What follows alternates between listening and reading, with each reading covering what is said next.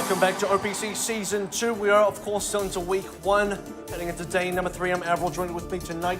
Pixie is about to get into the second match of the evening between Ardeont and Team Mega Thunder, representing Korea and Thailand, respectively. This is going to be an interesting one because Mega Thunder, first game out the gate this season, not so hot. Second game, looking much, much better. Ardeont, I have to say, actually have the same trajectory and they still won their first game. So, I mean, honestly, for Ardeont, they just want to keep the streak going. But for Mega, they want to really start disrupting something here. I think so. I think for Mega, it's important to have not only a good showing here, but try and take maps. I don't want to speak like Ardeont are already in the lead here, but certainly Ardeont are the team that are number 1 in the standings, are currently sitting at 6-0. Mega Thunder have had a bit of a rust out. They lost to Marchi on day 1.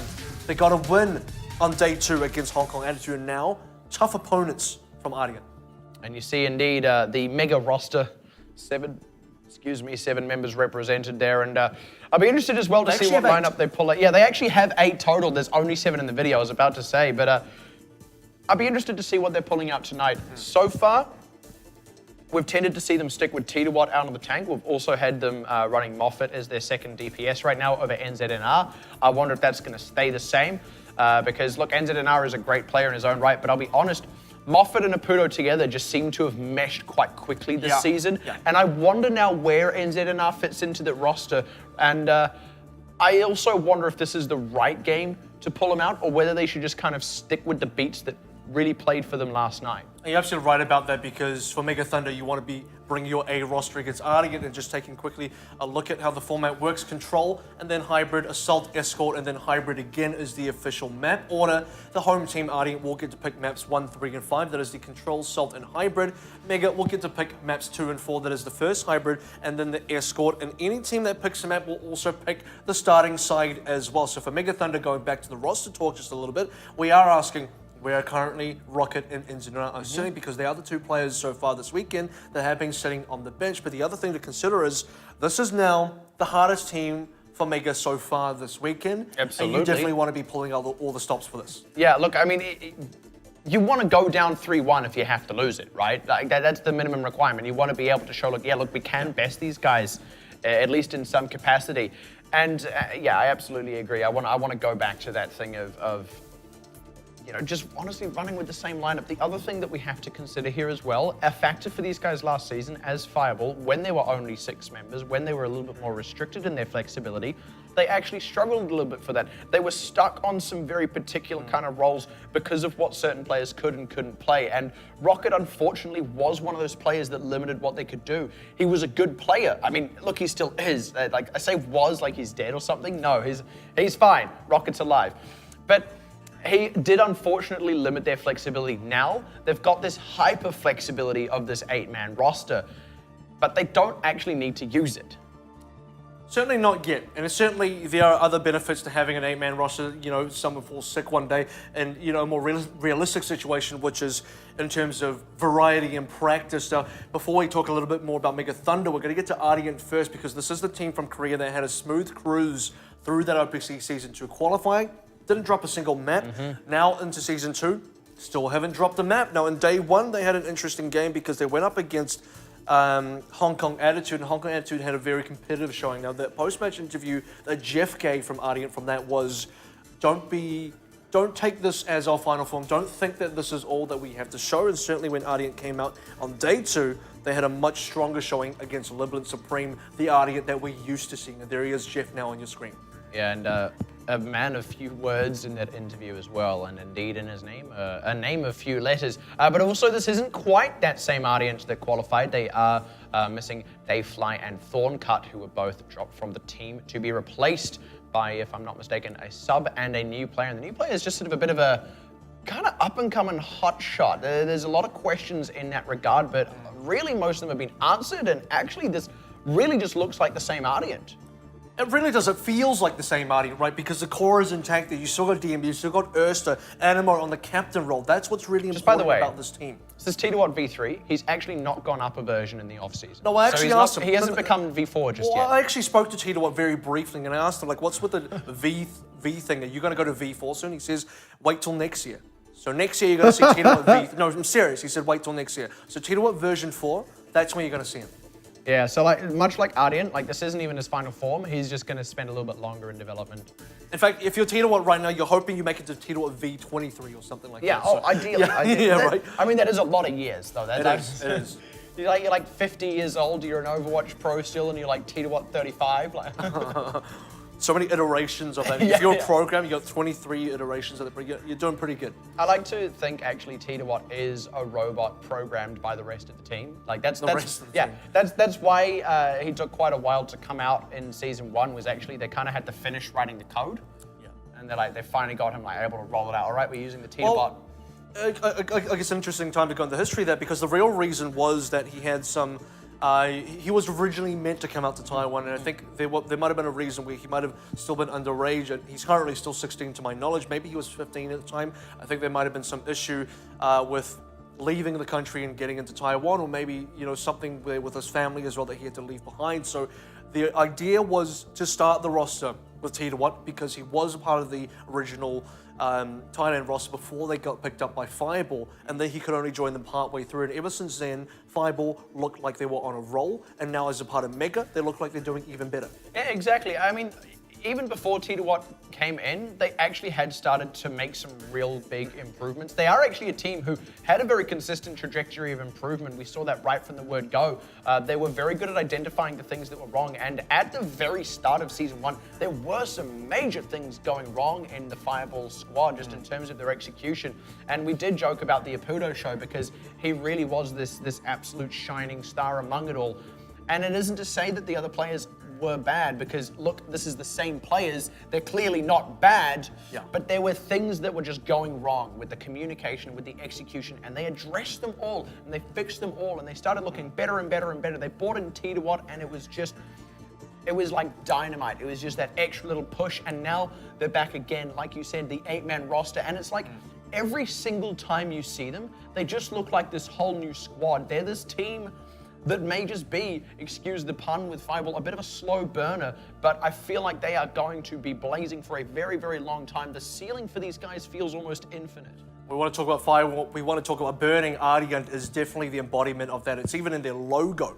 So for Team Ardeont as the home side, they will be picking Lijiang Tower as the opening map, and of course Lijiang is a map that Ardeont have already played. It's a pretty popular map from Season 1 that was probably dominant as the #1 pick for the control side, but as a reminder, Ardeont as the home team will get map picks 1, 3, and 5. So at Mega will have to settle for 2 and 4. So it is somewhat skewed in favor for Ardeont in terms of at least picks. And for a team like Mega Thunder, you are going to have to realistically, in fact, if you want to win today, you're going to have to win on at least one of Ardeont's picks. Oh yeah, bare minimum. And well, look, maybe it'll be Lijiang that is that one. It's going to be interesting, to say the least. I think the thing I really want to be looking out for here, first of all, because they are running Moffat again, like this is that same lineup as what they had yesterday. This is what has been working so far for Mega Thunder. Because they're running the thing I want to be keeping the biggest eye out for personally would be how these two DPSs are playing off against one another, given that they are coming up against players like DM.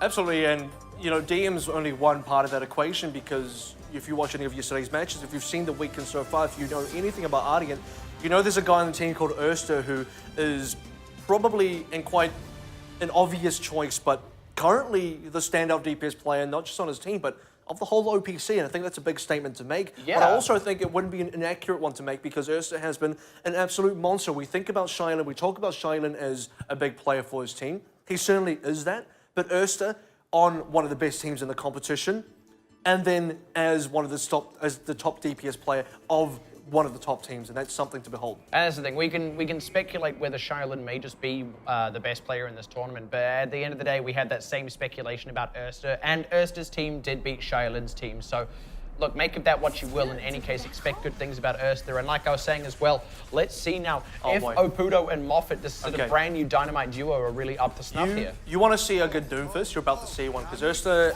has so far had the best Doomfist play of anybody. Yeah. I mean, Hotari had some good shots with his punches. Erster beats him in 1v1s. Erster has more impact than he wants. Everyone else is just minor destruction fist compared to Erster. In any case, out the gate, here we go. Erster getting a little bit low from the opening poke here, but Ardeont I hope he does well, because otherwise it sounds yeah, really otherwise bad. we just really oversold this. And there he goes, going deep, doesn't quite get the early catch, but straight onto Kurlos, singles him out with the drop up there, or the uppercut, I suppose. And really, that's just going to determine this entire opening skirmish here. They're onto the point now. Mega, good retreat, but that was all Erster. Well, it's actually well disciplined by Mega, because they could have lost a lot more there. In fact, the two options were, do you try and go for a little bit of a return trade? Can you find someone to punish? They couldn't, so they decided to back off completely. And Kurlos has been the primary target yesterday, day one, and now today, the first guy getting killed again. They're again trying to just go really, really big on this aggression here. They also have the extra bit of reach out of Jeff to just kind of catch any particular members out. There are a lot of great hack targets here, but Mega Thunder, they've still got themselves a window. And they have been driving back Ardeont a little. Ardeont are having to pay a little bit more carefully than they want, but here goes Erster looking to get back in again. They've got the EMP available in a moment, and the pick on Graceful makes it pay off, even as Erster and Michelle were both getting low. In fact, Michelle's losing the mech. Now just going deep to try and drive them back. DM a little wide on the pulse bomb, unfortunately, but they've pushed Mega Thunder back to the base and earned themselves a lot of time on the point. Probably a little bit unnecessary there for the pulse bomb. Mega Thunder were retreating already. You're just forcing another 6 or 7 seconds from the respawn there. What you really want to be placing the pulse bomb. There's a time about now where Mega Thunder actually want to go for a push and force them back. So that was the toss out there by Apudo. Who we don't see on Tracer very often, by the way. Yeah, it was just like a here, take it. And unfortunately gets picked up by Erster. That's the hack now onto the rest of the team from the EMP. They haven't gone down just yet. They're really having to kick and scream to push this Ardeont squad back, but it is working. They hold down the fort. Now Apudo on his own Doomfist wants to go toe-to-toe with Erster. It feels like for Mega Thunder we haven't had a real fight yet, because Mega Thunder, they lose 1 or 2 members, then they go back all the way to their base, and we haven't seen a real engagement. And again, unfortunately, losing Elk off the top, and then Moffat following down. Wow, Erster and DM, the dynamic duo, just absolutely slam dunk. Mega, there's the closeout on Graceful as well. And suddenly there's just no one left to punch. Pretty much, man. This guy's beating out. Even hitting. Wow. Even getting the slap onto Moffat doesn't secure the kill, unfortunately. But you just see the guy's prowess on this hero. He knows his way around Doomfist. He's definitely practiced. Wow, and straight into an EMP. Mega Thunder can't even get close to the point. The Meteor Strike is a little bit just to preserve his own health. Yeah, onto the health going to go straight onto the health pack. That's a pretty clever move, actually. And while it was happening, DM has been doing the work instead, picking up the 3K. The self-destruct does come out of Michelle as well for the extra bit of zoning. Mega Thunder are completely split up. They did try and book it to the point to get a sneaky cap out from the back of Ardeont, but it has now been responded to. They're not going to have the manpower to secure this point in earnest. Now they're just kind of trickling on, buying time. 1-2 punch. Yeah, 1-2 punch indeed. And they're just being closed down on again and again and again. Can't really seem to get the picks out, and DM with the pulse bomb to secure it. And you ever see, DM's targets, Erster's right around the corner as well. These two guys are able to come in and coordinate so well together. And it is, 1-2 punches are probably quite a fit metaphor, quite a fit way to describe how this DPS duo works in the Ardeont side. You can't just deal with one of them, you got to deal with both. And a lot of yesterday's story was, cool, you killed Erster. What are you doing about DM? Because now he's tearing up your backside. Yeah, you got DM, but how do you deal with Erster? You have to get both, or you're not going to win. Exactly. Sometimes while you're trying to dodge the haymaker, in comes the jab. And I think Erster's definitely the big fist here. DM's a small fist, but the small fist hits a lot faster. I was just going to go with left fist and right fist. I mean, I don't know about you, but most people don't have like one fist that is significantly bigger than the other. Yeah, he's got, I like to imagine it's not even a glove, it's just one massive hand. Yeah, he takes it off and it's just his hand is also big. Yeah. The glove was built around his hand, that's correct. It's actually just like a latex thin kind of glove. He had a bad allergic reaction by dipping his hand into some milk or something, I don't know. Yeah, dipped his hand into milk and became Doomfist. That's the origin story. Through and through, but this opening skirmish already going a little bit better with the pick onto Republic, but trade back is a good way to go for them. Both teams still just jostling for now, but Ardeont with this Pharah are going to be able to get a lot of control over this open ground. Mega Thunder are kind of stuck in this room here. They need to get a lot more picks before they can really make the dash for the point. Now Ardeont forcing the issue by setting up on the point. Mega know that they can't really make the move towards it, and they're just kind of stuck here for now as Ardeont get themselves set. Well, it feels a lot like Control Center. Instead of being stuck in their base, they're stuck in a room instead, and now Moffat's able to get a pick off. And we are seeing Moffat back into Tracer. This is where Moffat really shines. And suddenly Erster down, get DM and you can win this. Yeah, they just push straight onto the point. And speaking of DM, yeah, gets that pick. They do close out on him, and his pulse bomb does go wide. Good catch onto Animo as well. And they did actually do exactly what they needed to be able to get themselves on the point. So absolute props to Mega Thunder, but they really were in a bind there for a while. Well, they are actually back now, so they have capped the point. This is an improvement already that we're seeing from Control Center. Control Center, very passive gameplay, disciplined, but unfortunately too passive. They weren't able to take very many fights, if at all. And now Mega Thunder in a controlling position. You have the Ardeont with the Soldier. He can contest Michelle as well, and that's important. That is a good early pick onto Kurlos, though, who was just shy of a Transcendence. And the conk, and then Erster picks one up as well for good measure. I mean, you can kill Erster, you can kill DM, but maybe you've still got to deal with Michelle too. And by the way, there is a res remaining here, so Mega Thunder just kind of need to take this fight loss on the chin, unfortunately. Graceful, good discipline to hold on to that self-destruct that had just become available. Let's see how Mega Thunder reaggress. And Mega Thunder have a decent amount of progress. It didn't quite hit the 50%, so not as much as they could have probably have hoped for. They probably wanted to stall a little bit longer, but the kills came in so quickly for Ardeont and just sitting on so many ultimates. DM should be getting pulse bomb as well. Losing Michelle might just want to res here, actually. Yeah, it may just for the tempo. Erster gets a pick back in return, and Opudo unfortunately goes down as that attack visor was running. So yeah, tempo res indeed to secure the fight. You might as well. Erster does get picked off, but they've definitely got the manpower and indeed the ultimates. Wow. Pulse bomb and dive just for good measure. Moffat going down as well, and Ardeont again hold. I tell you what, takes that pulse bomb with him to the grave as he swims with the holographic fishes and whatever that pond is. But Ardeont now take advantage. They actually do get ahead in terms of the progress here. We do lose the res, so Ardeont had to force that one out. So Mega Thunder do have a little bit of space to work with, a lot less ultimates to play against. Yeah, they really need to get good picks though, and they're having to fight through the sound barrier. They don't have the same defensive options, and Opudo going down at the top really spells disaster. Jeff as well, just for good measure. And Animo, the only one to go down to the self-destruct. This is looking very unfortunate again for Mega Thunder. Ardeont just kind of having the patience to play the fight out, and it all just kind of snowballed out from that early pick. The fact that they had the sound barrier while Mega Thunder really had nothing.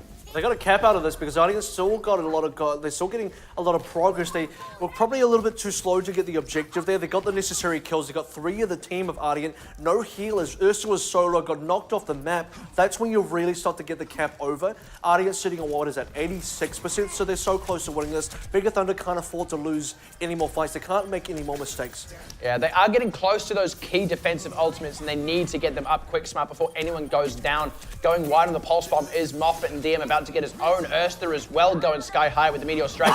He's looking for the supports, and he slam dunks both Kurlos as Elk goes down to the other half DM, and those defensive ultimates I was talking about where they are off the map entirely now as the rest of the DPS just gets picked apart by Ardeont, who get the cap as well. Insult to injury, that's what this is, and then they, I don't know, they go to your house and punch your mother in the face or something. I don't know. Doomfist might do that one. That's the Doomfist special. Knock, knock, open up the door, it's real. And what else is real is Mega Thunder is the last moment, the last ditch effort here. Graceful still trying to get back from Spore with the Diva mech, and time is absolutely running out. Oh dear, Pudo down to Erster right as he starts up that tactical visor. And yeah, it was the last ditch. They were at least able to get close to the point and use the resources that they hadn't been able to use last time. And unfortunately, it doesn't work either, as they were just a little bit too scattered.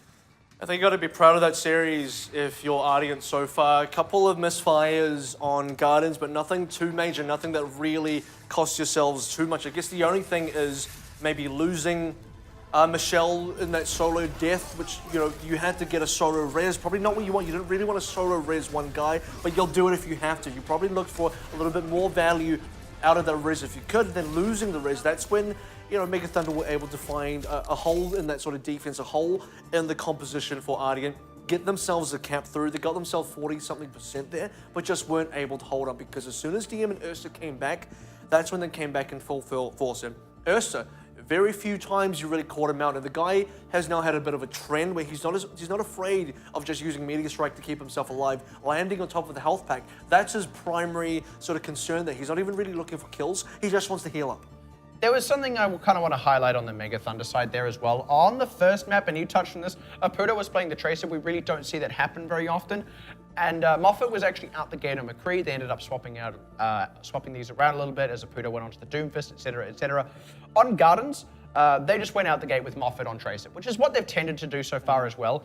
And it did just look a little bit more comfortable. I'm not going to go ahead and say they hit their stride, but they at the very least looked in step, which was not the case on Control Center, let's be honest. The other thing that I think is interesting here, I'm going to be completely honest about Ardeont. I actually feel like there is a lot of undisciplined play going on, especially in terms of things like ult cycling. It's not really sloppy or anything, but sometimes they just commit one thing more than is overly necessary. And DMs are guilty of that. Yeah, absolutely. And there's just this little bit less calculation that I actually think a lot of the teams that have been around since Season 1 do have. And I actually think Mega Thunder is included in that, right? I can't help but feel like with a lead, Mega Thunder could really be shutting out Ardeont just through kind of sheer disciplined play. I want to see Ardeont really pick up on that, because that's the sort of thing that's going to start to hurt them when they do come up against Flash Falls, Blank, and AHQ. Well, that's the thing about Ardeont, is something you see out of very good teams is you have to play the game based on what your opponent's level is. And so if you're a team like Ardeont, and while I'm not going to excuse stuff like not playing discipline and you may perhaps throwing out ults that they don't need, you do also want to make sure you're not overly respecting opponents, because if you are a team like Ardeont and you do back off when you don't need to, especially against a team like Mega Thunder, who, and you can tell on the Control Center, we're actually going to get a replay of Control Center quite early now, so we can take a look at that. If you are a team like Mega Thunder, and Control Center was a good example, they backed out very early, just lost Kurlos in the initial fight, now you back off. That's showing a lot of respect to the other team. Ardeont are not showing that same respect to Mega Thunder, and that's probably correct from them, because if they show too much respect to Mega Thunder, suddenly they're not playing as brutally efficient as what it looks like. They're not winning as hard, because if you know you're better than the other team, you want to win as hard and as fast as possible, and they are doing that. And you make an interesting point there, because I think something that's interesting about Mega Thunder being very disciplined is the most successful fight they had was on Gardens, where they'd lost the point. They were stuck in that room off to the side because of the Pharaoh.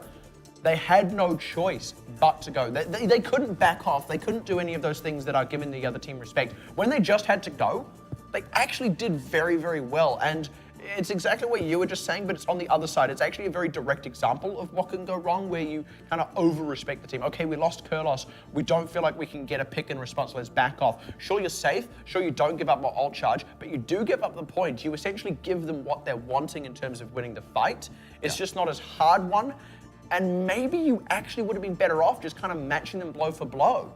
Absolutely, and I think that's that's the dynamic they were sort of talking about there. And if Ardeont were sort of playing that way against Mega Thunder, this would be a very different game, despite the fact that Ardeont are favored, despite the fact that Ardeont do appear so far, and by results as well, to be the better team. And I think confidently you can say that. I think even as Mega Thunder, you can confidently admit right now, yeah, they do look like the better team. If Ardeont gave Mega Thunder the kind of respect that Mega Thunder were giving them, this would not be a dominant display by Ardeont at all. And so the part of the reason why it does look very strong from Ardeont is because they are making some more undisciplined maneuvers. But I am expecting Ardeont to now make some adjustments when we get up to teams like Flash Falls, as we're about to head into replay number 2. It's going to take place in Garden. Yes, this is right towards the end, and this is really what started to spell disaster for Mega Thunder, who, by the way, had actually come quite close up until this point. But really what it was, I felt like they hadn't quite reset themselves after the previous fight. And now here, this was where they had those defensive ultimates. They had to use them just to get onto the point. They would have really liked to have been just in a slightly tighter position before that, and being able to use those ultimates to last out the attack that was coming in from Ardeont, because really that's what they had. Now, as much as I did say, I feel like if they had themselves a bit of a lead, they'd be able to really shut out Ardeont with their ult cycling. I think what actually happened here is they didn't realize they were ahead, because they certainly weren't positioned like it. And again, it may just be a bit of a case of too much respect being given, which feels like a really odd weakness to have, but in a way, it's not a bad weakness to have. It's a meta thing, right? Exactly, it's a meta thing. It's actually quite surmountable, because it's not like you're doing anything horribly wrong in your play or your ability. The shot quality is clearly all still there from Mega. We saw that in the fights that they were winning and the good maneuvers they were making, which were many. But that extra, like we said, meta thing just seems to be hurting them that little bit. Well, not hurting them, it seems to be holding them back. I think that'd be accurate. Holding them back is definitely an accurate way to describe it, because it did reflect in the more passive sort of gameplay. Something that Mega didn't have against some of the other matchups. You watch compare and contrast to last night. Yeah, you watch Mega against teams like Much, you watch Mega against teams like Hong Kong Attitude, especially when they beat Hong Kong Attitude, they played so differently. They played like a team that knew and believed truly that they could beat Hong Kong Attitude, and it showed, and they absolutely did do that. And now against a team like Ardeont, you back off after Kurlos dies. Well, I mean, the problem is Kurlos was dying against Machi. He was dying against Hong Kong Attitude as well. Of course, he's probably going to die against Ardeont too, because Ardeont's a better team. He's the dive target. If that's just going to happen, I mean, you're going to spend your whole game in the base in your own spawn. But Mega Thunder do get the next map pick. It is going to be King's Row, and this is slightly dangerous pick as well. I mean, it's probably a common pick, but at the same time, look, Ardeont have had some good games on here. At the same time, the Blitz Supreme did push Ardeont last night onto King's Row, and I am expecting some more Ursa Doomfist gameplay because he had an absolute tear on it last night on this map as well. Yeah, so this is something I actually touched on day one as well, just as evidenced by the promotion relegation tournament.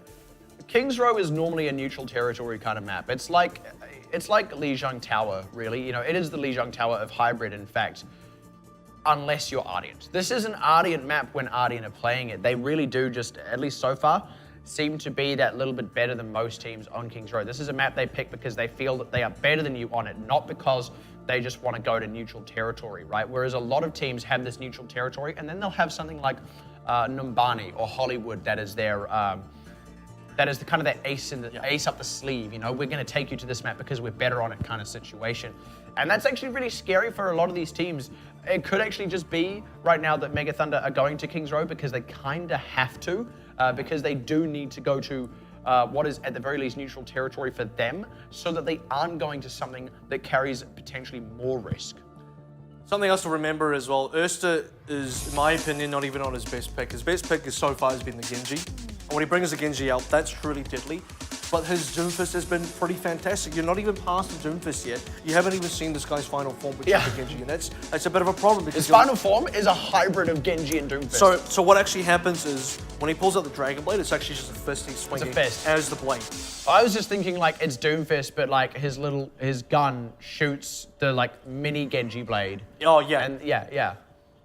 Also he has no cooldowns. So instead of getting a reset after an assist for a kill, you just straight up do not have cooldowns to start with. That's just Yasuo. I've just described Yasuo. Okay. Yasuo is Doomfist combined with Genji confirmed. Yeah, he's just got way too much hair. In any case, that's a different game. This is Overwatch. There's no Yasuo here. Thankfully. Just good old-fashioned Doomfist, who, by the way, Ursa is going to be pulling out.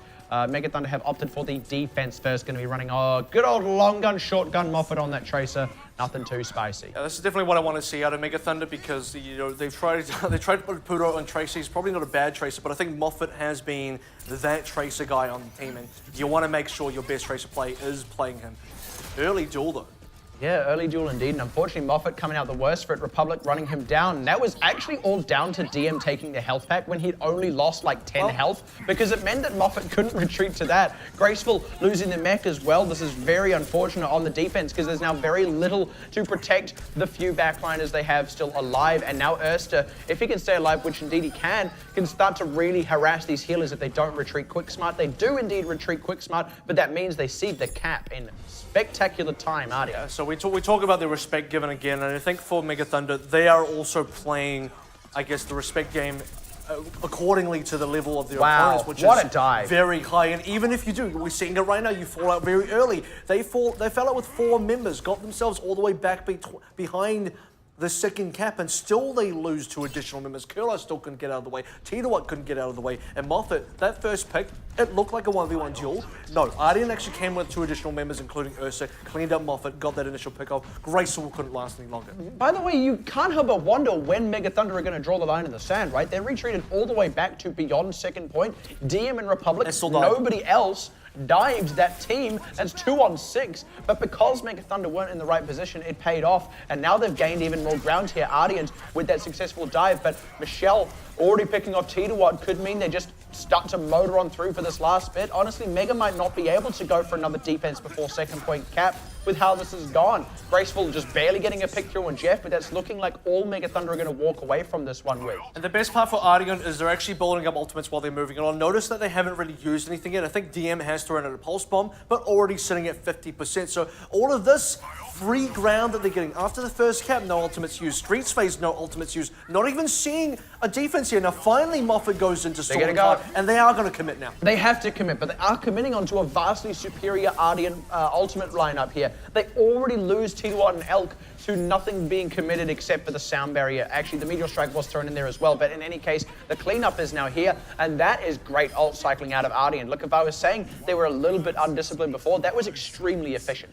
And I think for Ardeont, that was actually, a situation where you had to sort of ultimate, because for Mega Thunder, That was your final moment to get a last fight before the cap ticks on over, and it feels a little bit inevitable when I say it like that. This should even be a kill.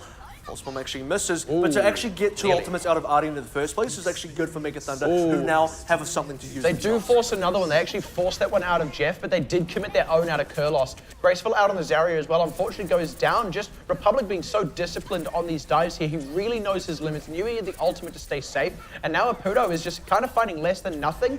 Both Winstons are really trying to harass the backline, and all this is going to result in is both teams just kind of headbutting each other a bit, Mega Thunder using up even more resources, and Ardeont, they're not getting a ton of progress here, but there's still so much time on the clock. They are keeping Mega Thunder permanently on the back foot. They are. Mega Thunder need to use this time because they've just made a couple of swaps. Graceful is now into the Zarya, and this is something we saw yesterday where they don't have to run the standard composition with the Diva. If Graceful feels like it, he jumps on the Zarya, and it is seemingly his best pick anyway, so why not? But they need the Graviton Surge, and they need time to build it up. Another great catch by Erster. He is so good, especially predicting those Tracer Blinks.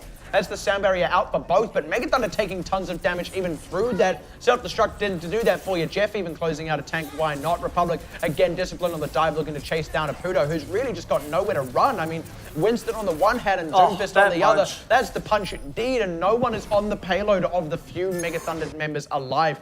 That was a steamroll by Ardeont. It's crazy, you know, looking from his point of view, maybe I wasn't quite looking for it, but I couldn't even see Moffat within the chaos, and he somehow finds the rocket punch, directly squares him up in the jaw, slams him into the wall, and just a second time around, Moffat just respawned, and you just punch this guy straight away again. Ursa's not giving away any room for these Mega Thunder players, and it's a real, I guess, spectacular thing to watch on the Ardeont side, and an unfortunate thing to watch on the Mega Thunder side. It's like that flower pot from the Hitchhiker's Guide to the Galaxy, where,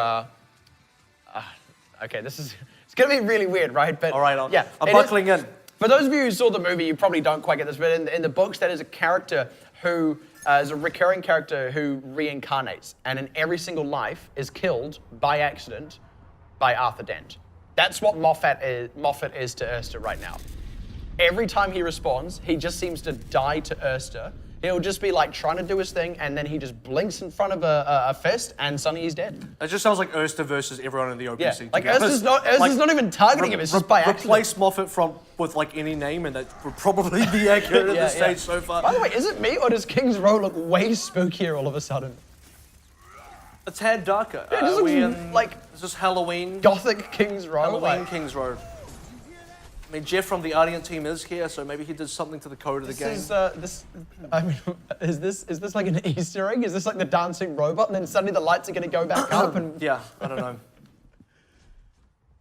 It's this is London after midnight. After dark. Yeah, okay, believe me, London actually after dark looks nothing like this.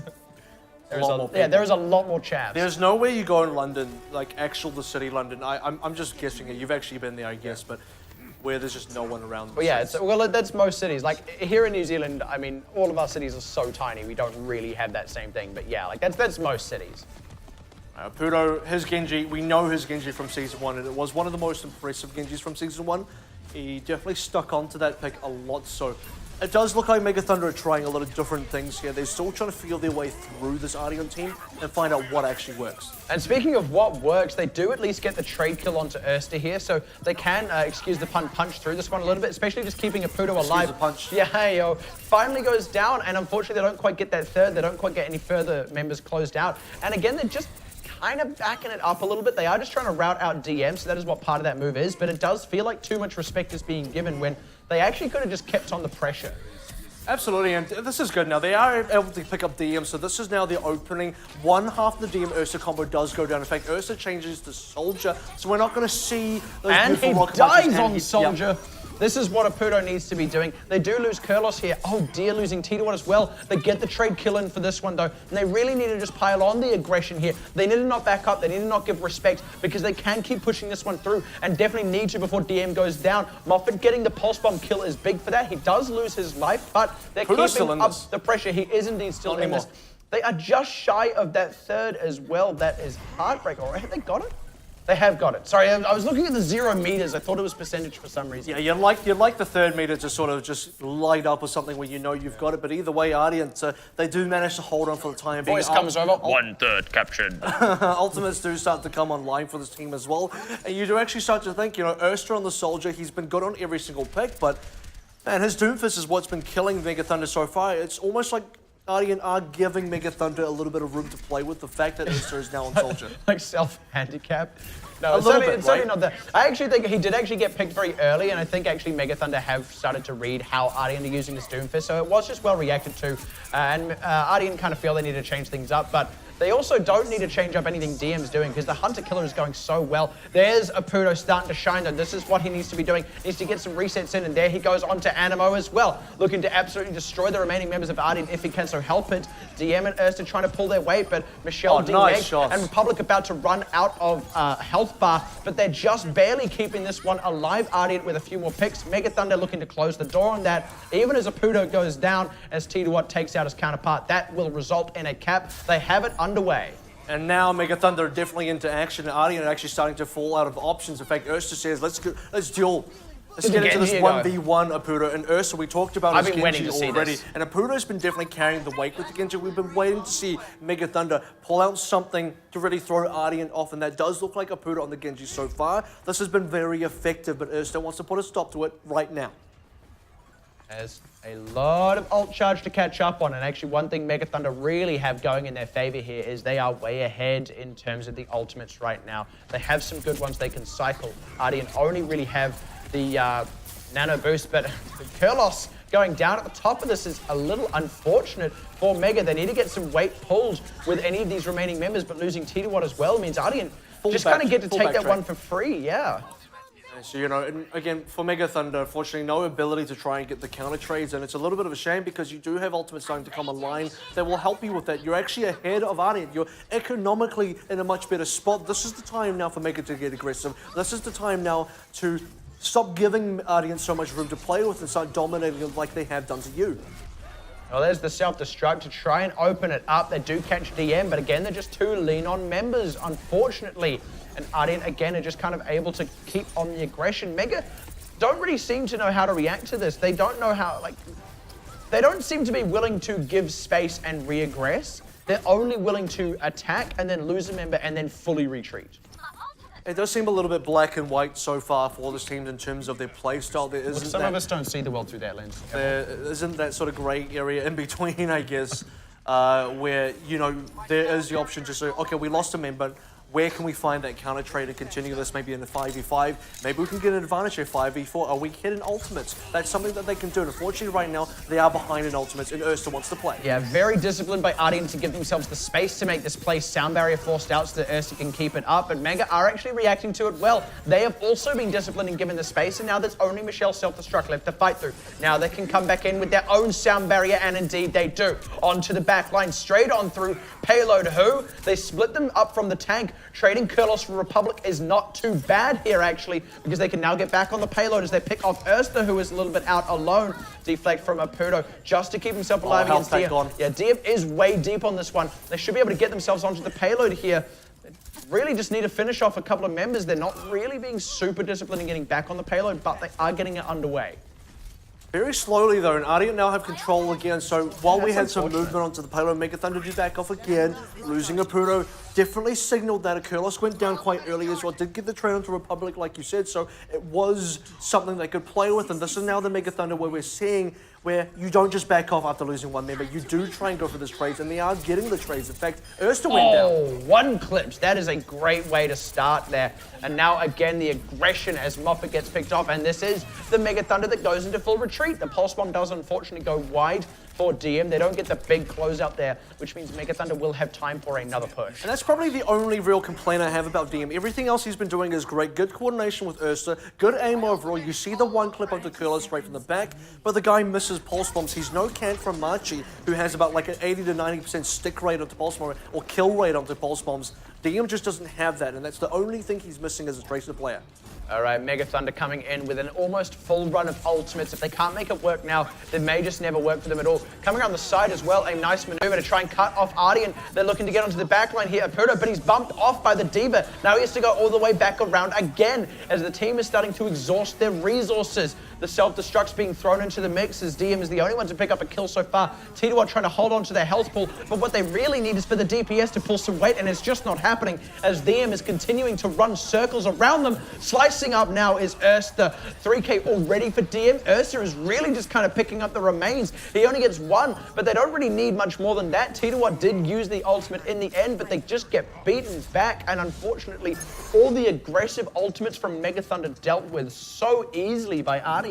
And this is now more disciplined play by Ardeont. I think there's been a playstyle change, if not just a very minor one from Ardeont. We talked about Lijiang Tower. It seemed like Ardeont weren't respecting Mega Thunder that much. It seemed like they were throwing stuff away, making the sort of plays that may be punished by teams in much higher standings. But now I think Mega Thunder has definitely stepped up a little in the terms that they got that initial capture on A against Ardeont, where Apudo was a play that really went off there that allowed them to get that done. And you actually see the respect being given to them by Ardeont, rather, where they are starting to not make overly aggressive plays, where they know, okay, we're going to get punished here. Players like Ursa, who had been punished earlier on in that map, in that defense specifically. So you are seeing this more confined, more controlled and disciplined play out of Ardeont, and that's scary because that does mean they have that extra gear that they can tap into. And so where is the limit for this team? Yeah, exactly, and that's the gear that they'll be pulling out against those teams like Flash Wolves, Blank, and AHQ that I was talking about before, you know, where I was a little bit worried about what they might be able to have. Look, the proof will be in the pudding when it comes to those matchups. So look, don't call it early, folks. I know that Ardeont are looking really good. They're looking really scary right now. They probably are top 4 material. Whether they actually will be top 4 will be found out before too long. But right now, it doesn't seem like there's any major flaws in this team. It'll just be a game of inches if they really get overcome by these other top teams in this tournament. I think it is a very real possibility, Seal. I feel like Ardeont haven't been tested in the extreme, and they have already been tested a little bit, so it's not going to be like this hard and fast, you know, oh, the Koreans are here, everyone else is going to lose now. But they are looking extremely strong, and no one has really come close to making gold. Well, this is the thing, is week 3 is we're going to find out when that happens, because we've saved the best for last, at least for the first row robin. Ardeont don't get to play against the top 3 of OPC Season 1 until then, so AHQ, Flash Wolves, and Blank all in the same week, all in the same weekend, I should probably accurately say. One after the other, Friday, Saturday, Sunday, it's Ardeont versus the top 3, and that's going to be the real test for this team. And what it means, Ardeont don't get too comfortable as well, because it would actually be very easy for them to pick up win after win after win, and then come up against, you know, sit there and go, look, we're clearly top 4 material, and then come up against the other 3 teams and find out, yes, we're top 4 material, we're 4th place. Exactly, that's what you don't want, right? You don't want to be top 4 or you're 4th. So you actually want to show you want to be top 3 or 2 or 1 at this stage. In fact, you want to displace one of the top 3, because the thing is, we talk about top 4 contextually now, because that is what will be going into the playoffs, whereas previously it was top 3. So yeah, you want to get into that top 4 for that reason, but really, if you want to be better than last season, you need to displace one of the top 3. Let's take a look at the replay now. We're going to go into King's Row Cap A. It's going to be the push on through from, I believe it is Mega Thunder. It is indeed. And this was quite towards the end as well. This is where Apudo gets the kills. Really starts to show what he can do here. And it was just well-placed diving, right? They also really ran Ardeont around, forced them into an awkward tight spot where Apudo was able to go off. And again, it's like that fight on Lijiang Gardens. When they do go, and when they do execute what they were planning on doing, it really can just go off so well. I mean, that was a strong one-sided fight. There's no two ways about that. It's just it was one of a handful throughout both that game and the one before it. If we can be seeing that more often, then actually this has the bones of a team that's going to give Ardeont a run for their money. And we do talk about putting players on their picks, right? Their comfortable picks. We saw that from Mango Jar when he went to Sombra on the Hong Kong Attitude match. We saw that with Moffat going back onto the Tracer from the McCree and Apudo hopping off the Tracer. We see that a little bit with the Graceful swapping onto the Zarya instead of the D.Va, because that is his comfort pick. I mean, the guy's got his hair dyed and styled the same way as Zarya. I mean, if that doesn't say a Zarya play, I don't know what does. And then you see a guy like Apudo, who was one of the better Genjis, if not one of the best Genjis from Season 1. And he's replaced his entire body with robotics, styled himself after Genji. Yeah, well, yeah, exactly. I mean, you got to be dedicated to that. If you've seen Genji cosplays at events, that's a real person with cybernetics inside their body. Actually. So that's how you know they're really dedicated to the craft. But the point is that they are really, put your players in your best picks and you do see the results, and that has been evident. But the results so far, 2-0 into the series. Ardeont have taken the lead. That means Mega Thunder may just be on their last legs. The final opportunity for Mega Thunder to get back into the series will happen on Assault Map number 3. Gets picked right after this break. And welcome back, ladies and gentlemen, to the OPC Season 2 into the week 1 day number 3 at the moment. About to hit up Map 3 in the series between Ardeont and Mega Thunder. And so far, Ardeont take the lead in, I want to say, maybe a rather comfortable sort of fashion, yet still waiting for Mega Thunder to really pop off. Mega Thunder had some good moments in the latter part of King's Row with the Apudo and the Genji specifically. Now what are they going to do on Map 3? Yeah, what we're seeing is Mega Thunder having the potential to make this a very close series, even potentially a 1 series. I mean, that's always a factor in any close series, is either team could win it. That's why it's close. But what we're not seeing is the consistency of that. We're seeing those kind of shining moments, like you said, and they're just not quite getting it all out all at once. But this is also a Mega Thunder we feel are kind of ramping up a bit in this first week. Day 1, they struggled a little bit. Yesterday, looked a lot better. And this has actually been their toughest opponent yet. They're not looking in bad shape, given that they are having those moments where they go off. And look, win or lose, you know they're going to go away from this and look at it, identify those moments and figure out how to be going off a little bit more consistently. But yeah, right now, backs up against the wall. And Horizon Lunar Colony going to be the pick now for Ardeont, who are the home team, and they do get map picks 1, 3, and 5, which means for Mega Thunder, the only way they can take this out now is a reverse sweep. And they are going to have to win both this map, I guess, all the next 3 maps, but specifically they have to win at least 2 of the picks of Ardeont to get past this now. And of course have already failed to win on their own pick, which was King's Row. I did actually mention this, by the way, going into King's Row, and that it actually is a very strong Ardeont map anyway, as much as that was Mega's pick. So sort of make of that what you will. But yeah, again, going back to that backs up against the wall thing, look, yeah, Horizon Lunar Colony, also a map that we know Ardeont actually quite like, that they are quite good on. It is also their pick. Mega really need to perform here. I think the scary thing is Ardeont had a crazy good performance against Liberate Supreme on just this very map yesterday, and a big part of that was, again, Ursa's Doomfist quite good, but specifically what he did was hiding in the low grav section as a defender, literally in the corner of one of the entrances, waiting for his team's call to find out exactly where the attackers are moving in from. If they're moving close to where the low grav areas, going up into the upstairs section or downstairs past little old Winston's, I want to say bedroom, but rather just, I guess, sleeping quarters, whatever it is, that's when Ursa suddenly swings in, comes from behind, takes the flank, and is able to pincer in the attacking force with the rest of the Ardeont squad. What if Monkey's like, he's not even a monkey, he's a gorilla? I don't know. What if, he is a gorilla, that's correct. What if because he's like gorilla, super intelligent, what if he just doesn't sleep? Well, you know what? When you get so smart, you just don't like sleep suddenly, anymore. like you go to Horizon I Lunar think you'd Colony, sleep more. And suddenly Overwatch just turns into a survival horror where like you are suddenly on a moon base with a bunch of hostile gorillas. Winston isolation. Who don't ever sleep. Right? And, it's not alien isolation, it's Winston isolation. Winston isolation.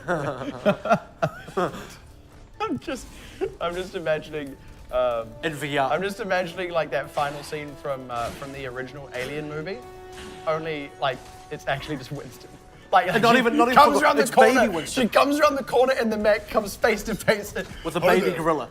Hi there. And his voice is that deep as a baby. Can we just replace all the voice lines of the alien in Alien with Winston? Sorry for dropping it. All right, so this is exactly. They found him. Bamboozled. They knew he was there. But he slips out by the skin of his teeth. My goodness, that could have gone very bad. Let me tell you who watched yesterday's games. Mega Thunder watched yesterday's games. They knew exactly what Ursa was going to do. And Ursa got caught with his pants down. The only way that could have been better is if they actually killed Ursa. So, unfortunately, no. Yeah, and unfortunately, who does get killed is T-Dewat, Moffat, Kurlos, and even everyone. Apudo. The whole roster Apudo gets out. Do a roll call right now. Yeah. Moffat present. You know what? Prisoners. Well, the problem is they're not present. They do the roll call, it's just a Pudo. Yeah, he's the only one who made Like it. when everyone in your class is sick, but you somehow didn't get it. Well, Ursta's got to do something different now. Surely Ursta can't do the same thing again because, you know, the jig is up. I mean, the strategy was used against Liberate Supreme and Mega Thunder know how to play against it. Now, one of the ways to play against it is to actually push it in a different direction, which they're currently doing. Yeah, well, as the saying goes, you can't punch a thunder the same way twice. I don't think you can punch a Thunder the first time either. But you can if you're Ursta. That's how good he is. And then he goes, what a sleep, boys! And a Pudo comes in just to close that one out. That was so amazing. Kurlos has had enough. He's like, you know what, get out of here, buddy. Suddenly he can't hide in outer space, and I mean, Kurlos knows how to make him scream. In space, no one can hear you snore. Jeff is down and out for the count as well as Apudo is just keeping the far side of this fight on lockdown. Ardeont don't really have anywhere to retreat to. Using the sound barrier to try and cover it, but Graceful with the grab is allowing him to start to do some work here. But Ursta rejoins the fray. Oh, and look at what happens when he does. Now suddenly Graceful is finding himself pushed back in spite of having an incredible amount of charge up. And that is so unfortunate. They had the good grab, weren't quite able to close it out, and just kind of got flanked out by Ursta respawning, given that they were still fighting off the point. So 2 minutes and 10 seconds now gone off the clock for Mega Thunder. Still yet to have a single percentage point on this cap to really show for it. So they had a lot of time now running around, chasing Ursta out into space, getting blown up out in space, going the other side instead, going the left side, trying to go upstairs, really getting caught out there as well. Haven't found any good way to approach this cap yet, and they're going to try this left side approach again. Wow. And Ursta just straight down, like ducks in and just uppercuts Muppet, gets another one. I mean, why wouldn't you? Like, you got two fists, punch them once, punch them twice. What can he get next? Jeff is going to get one with the bio grenade just to show that he really can. I mean, this is just Ardeont keeping it on lockdown. Mega Thunder don't even seem to know how to approach. It actually just does look like Ursta getting a kill every 4 seconds, and 4 seconds is the cooldown of the rocket punch. Every time he's got it up, he's squaring someone up right against the wall, and down they go. Now Ursta playing the high ground. He's no longer playing the outside area because he knows once more Mega Thunder know exactly where he's going to hide, and Mega Thunder now going to try that right side, and we're starting to see again. Elk is just thinking, what if he's still there? They're going to have to go ahead and pop the sound barrier here, and it is a forced sound barrier. Ursta get a meteor strike straight into the back line. They are still doing all right, but they haven't really closed out anyone here, Mega Thunder. So it's one thing to stay alive, but you've got to do something with that life as Elk loses his Muffet as well, and Apudo finds nothing with his own meteor strike, desperately trying to get something done in the back line, but they just can't seem to make it work. And now with 25 seconds left, the remaining members of Mega Thunder can't really retreat in an ideal way. They're going to have to absolutely book it to the point. Yeah, it's starting to look like a bit of Liberate Supreme versus Ardeont from yesterday all over again. The grab is available. This is going to be the big tool that Mega Thunder have been waiting for. They've been trying to get this in for a few, for definitely a couple minutes now. But you're right, 5 seconds. Someone's got to get on that point. Who is it going to be? There's only 1 second left. Is anyone there? No way. No one able to get close enough. That is about as rough as it gets for Mega Thunder. First held, and it is looking dire. And Sultan to the wind as well. I think Graceful had his grab eaten in the last moments by Michelle. Because I didn't quite see, I heard the voice line go off, but I didn't see the grab. So I'm pretty sure he had his grab eaten. Not that it really was going to matter at the end of the day, because he pulled his grab out sort of outside the cap. So unfortunately, nothing on the cap to really help. And Apudo was the only one to really get there in the final moments. Didn't last very long. And this is starting to look like the most dangerous map for Ardeont. Never go to Horizon Lunar Colony against Ardeont. Just stay on Earth. Don't choose to I like go to Earth. Yeah. Earth has air. Honestly, that's what I like about Earth. Don't choose to go to the moon. Don't do the other thing. Do what's easy. Don't do what's hard. So don't play Overwatch versus these guys. Yeah, basically. By the way, I just want I really appreciate the name of Doomfist's abilities. Like Rocket Punch, it just explains it perfectly. It's just a punch on a rocket. It's all there. Now you want to see Rocket from Mega Thunder play this hero. Right? I mean, Rocket punches with the Rocket Punch. Yeah. Or Rocket gets punched, because you can also use it against him. Wait, so, what? Has that always been there? It has. Peanut butter This has been floating in shown. This is what happens when you're not here for a whole day. You don't notice the peanut butter floating outside the Horizon Lunar Colony for a very, You don't know what I was up to. Maybe where I was, there was just floating peanut butter as well, all right? Well, wherever that is, write down the address for me. I'd like to check it out, because that sounds interesting. Yeah, come and see the floating peanut butter. Yeah. Admit one. family pass even. It's like that meme, like, come to the Horizon Lunar colony. We've got floating peanut butter. Rocket punch. Nigerians with big fists as well. That just really squares you up against the wall. We are seeing both come out. We are seeing both come out again, and you know, DM has shown this. In fact, this is now the interesting, I guess, Lunar colony meta that we've seen, which is very much Zaya, Reinhardt, and then you can just, no one plays Tracer here. You're either playing Reaper with a Doomfist, or you're playing McCree with a Doomfist, and that's definitely been the trend. All right, well, out the gate anyway is going to be Mega Thunder. Oh, sorry, Ardeont as well, indeed, with their own Doomfist. So look at...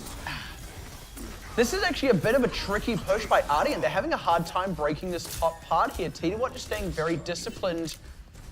Actually just get completely driven back. Well, actually, the thing about Ardeont is they just tried to brute force their way into the higher ground, and they could have taken a couple of flank options. They do have some mobility. Well, actually, they just have the one mobile character, which is Ursa. So Ursa could have tried something around the backside, but otherwise, Ardeont are playing a very immobile lineup here. So they are going to go into this left side. At least Michelle still has a lot of energy to play with. That's going to be important. Yeah, Graceful does as well, so it could be a bit of a battle of the Zarya's. Indeed, whoever gets the grab first could kind of decide it, but here's the flank Ursa's found, doesn't quite catch Moffat. Ooh, able to get out. That was a little tight for a moment there, but they are going to be fine for now. Mega may just need to commit quickly, though. TDWAT could get a big Earth Shatter to secure it, but Graceful's down. Apudo as well, and they haven't really taken a good opportunity to strike back. They just come in a little bit too late. The Earth Shatter is wide, then TDWAT gets put to sleep, and there's only a few members left here, given the respawns that are going to be coming in.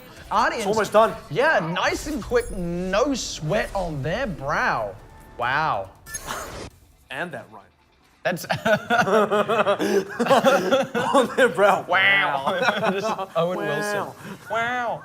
Wow, what a really great attack phase. Wow. Can I just say, you see the Ardeont coach here, his name is Bloodflower. If that's not a threatening My name, goodness. if that's not scary, with the shorts on, like that's not a Bloodflower. like if that is not a scary name for a coach, I mean, that's threatening. By the way, my coach is called Bloodflower. Whoa. Whoa. Damn. Don't mess with that guy. Tell him to relax. Wow. By the way, I wonder if, like, while he was in prison, Doomfist ever wrote any emails like, yes, hello, I am a Nigerian businessman stuck in prison. Sends $10,000 so I can buy Mechanical Fist to punch my way out. Buy Mechanical Fist. It actually looked like he was doing pretty good without the Mechanical Fist, because you watched the anime short that they did for that. Yeah. Oh, yeah. And he's just punching the wall. By the way, and it was cracking. That must have taken ages, right? It must have taken ages to actually punch through the wall. And the whole time, the guards were just watching. They were like, wow. Is he gonna do, like, they were just so stunned that he was punching through the wall, they didn't know what to do. Guys look at each other, it's like, you go in. No, Yeah. you go in. Yeah. Who's gonna fight the guy that punches a wall? It's your turn, Joe. You go in and deal with that. No, I don't want to do it. But at no point were they like, hey, let's call up some of those dudes from Overwatch. Let's do something about this guy punching his way out. I mean, they have to have caught him, right? They got him in the prison at some Winston point. did Yeah, that. exactly. Winston caught him. So why not just call up Winston again and be like, yeah, he's punching his way out? Like, can you help? Can someone help?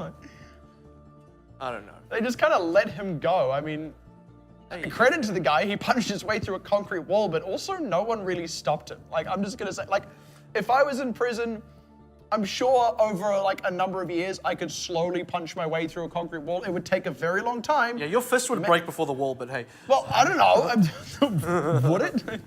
I've never been in prison, I'll be honest. All right, let's take a look at some replays now of that match on Horizon, and this is going to be, this is still, Mega Thunder's push on through, and really struggling to just get any work done here. The Graviton, this was the first Graviton that Graceful got in the game, and even though the Graviton came down, you actually see none of his members were available to really help him there. In fact, while the Graviton was coming down, most of his team was still dying.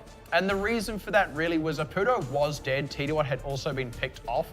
Moffat, unfortunately, wasn't quite in the position to capitalize on it either. And it's not because he was out of position, he was just also having to deal with all the remaining members of Ardeont there. So it was just this slight kind of misfire, and you kind of look at that, and it's one of those really tricky situations for the Zarya, because you can argue Graceful should have held it and they would have had it later, but you could also argue that they were really, like, on the cusp of capitalizing off that Graviton. It was a real split-second kind of thing. He was nanoed too. Exactly. Really, by the time he'd fired it, like in that split moment between firing it and having it land was actually that window where suddenly it became impossible to follow up on the grab. Whereas when he started, It probably could have been possible. It's really hard to fault him for that play. What it was a very unfortunate series of events. It does seem more like a team thing where it's hard to fault the guy individually. He had a lot of charge. It made sense. He found a good grab opportunity. And by the way, you have to be careful of that because he had his second grab eaten by Michelle, so he didn't want to risk the first one. He had a lot of charge, once again, capped with that nano boost. Together, I mean, that's a lot of damage output. It's traditionally meant to be a lot of damage output. You expected Graceful to pick up a lot of kills there, but like you're right. Unfortunately, the rest of the Mega Thunder squad was sort of falling over the side, so not enough members to help him out there. Just one Xayah charged with a nano boost, unfortunately not enough to clean people up. And also, if you look at who he caught, you had to pile a lot of damage onto them to kill them. You know, you got the Reaper who can just go into the Wraith form there. You've got the Diva, which means you actually have to left click rather than right click, because the right click will get eaten, the left click won't. So you only get single target damage. It's also Diva who will be able to go out into that pilot form. Even with the nano boost, even with a ton of charge, it is actually quite difficult to close out specifically those three alone. All right, well, this is no surprise, or rather, it shouldn't be a surprise to anybody. Deadly is Doomfist so far of the OPC. I wouldn't want to fight that guy in a 1v1. Yeah, I wouldn't want to be in a... No, I was going to try and make a joke about, like, Erster punching his way out of prison, but I just couldn't... What kind of prison is he in right now? I was going to say, like, I wouldn't want to be in a prison cell with him, but I was like, why would he be in prison? Why would I be in prison? I felt like it was a stretch. I'm sorry. Yeah, if there was a prison fight between you and Ursa, you wouldn't take it. Yeah. You wouldn't take it. It's basically what it is. But, you know, well played. The guy had, you know, I'm glad that he did perform because we did talk him up. Specifically, I did talk him up and I said, look, this is, to me, the best Doomfist of the OPC. And I would go as far as to say maybe even the best DPS player of OPC so far. I do want to hold judgment on that just now because we haven't seen Blank and we haven't seen Flash Wolves. And that's interesting because Flash Wolves do come up next after this. And I don't want to get too caught away with coming up next because right now, an interview with Animo, and this will be translated over in Taiwan. Please introduce yourself. Hi, I'm Ardeont main support, Anamo. 我是 ART 的主 support。是的，因为其实 ART 他们在访问之前都会跟我们说，他们队员会讲的英文非常的少，可他们又很想要认真接受访问，所以我们就会丢给他们一些简单的问题，让他们来讲。那一开始呢，我们就先问一下他们对于今天的比赛，他自己的表现的看法如何好了。好，What do you think your performance today for your team? I think today match was so-so because we couldn't practice a lot and our team play is not perfect yet. OK，我觉得我们今天的表现还好，主要是我们还没有办法练习了很多，那我们今天的表现也没有到完美。对，是的，因为毕竟也才第1周而已嘛。那当然呢，每个队伍都会对自己有一个期许，我们也想知道一下 ART 对于自己本身呢，有没有想要得到哪一个名次呢？What will you rank your team for season 2? Our team will be a winner first. 我们的队伍会拿到第1个名次。好的，是非常有自信的回答。那这边还是谢谢他们，也非常辛苦他们了。那么呢，等一下休息一下，回来就有精彩的王者之战喽。That was Animo, the captain and main support player from Team Ardeont. And the really insane thing is they believe they still have some ways to go, like he said it from himself. Team play not quite perfect yet. How's your performance? So, and that looked like a good performance. It didn't look like not a perfect performance. We did identify that. Certainly not, you know, there were a couple of moments where Mega Thunder really took advantage. So not the most perfect performance out of Ardeont, but you got to give credit to Mega Thunder. But it is scary because we sort of noticed how far can this team still go? And Ardeont themselves believe somewhat further. Exactly. The only thing I do want to pull up as a bit of a caveat to that is you do have to recall last season, even Flash Wolves, while they were like untouchably at the top of the standings, having a massive undefeated streak and then winning the entire tournament all the way up until that finals when they had the trophy in their hand. And I guarantee you, even after, they were actually saying, yeah, we still don't feel like we're at our best. So that also has to be taken into consideration here. Look, yeah, Ardeont, they may not be at their best, but they may actually not ever hit that best. Let's be completely frank. And even then, the other teams in this tournament can push beyond and beyond and beyond. And speaking of Flash Wolves, Yeah, it is interesting you mentioned that, you know, how far have Flash Wolves now pushed themselves? They have just most recently returned from the Overwatch World Cup over in Santa Monica, and we will be finding out exactly what Flash Wolves look like. Are they in form? Are they not? How deeply did they take their loss over there in Los Angeles, as they will be playing AHQ in the upcoming match, in a rematch of basically the opening match of OPC Season 1, so I'm quite excited about this one. Taiwanese Giants, this rivalry does continue, and that's all happening right after this break.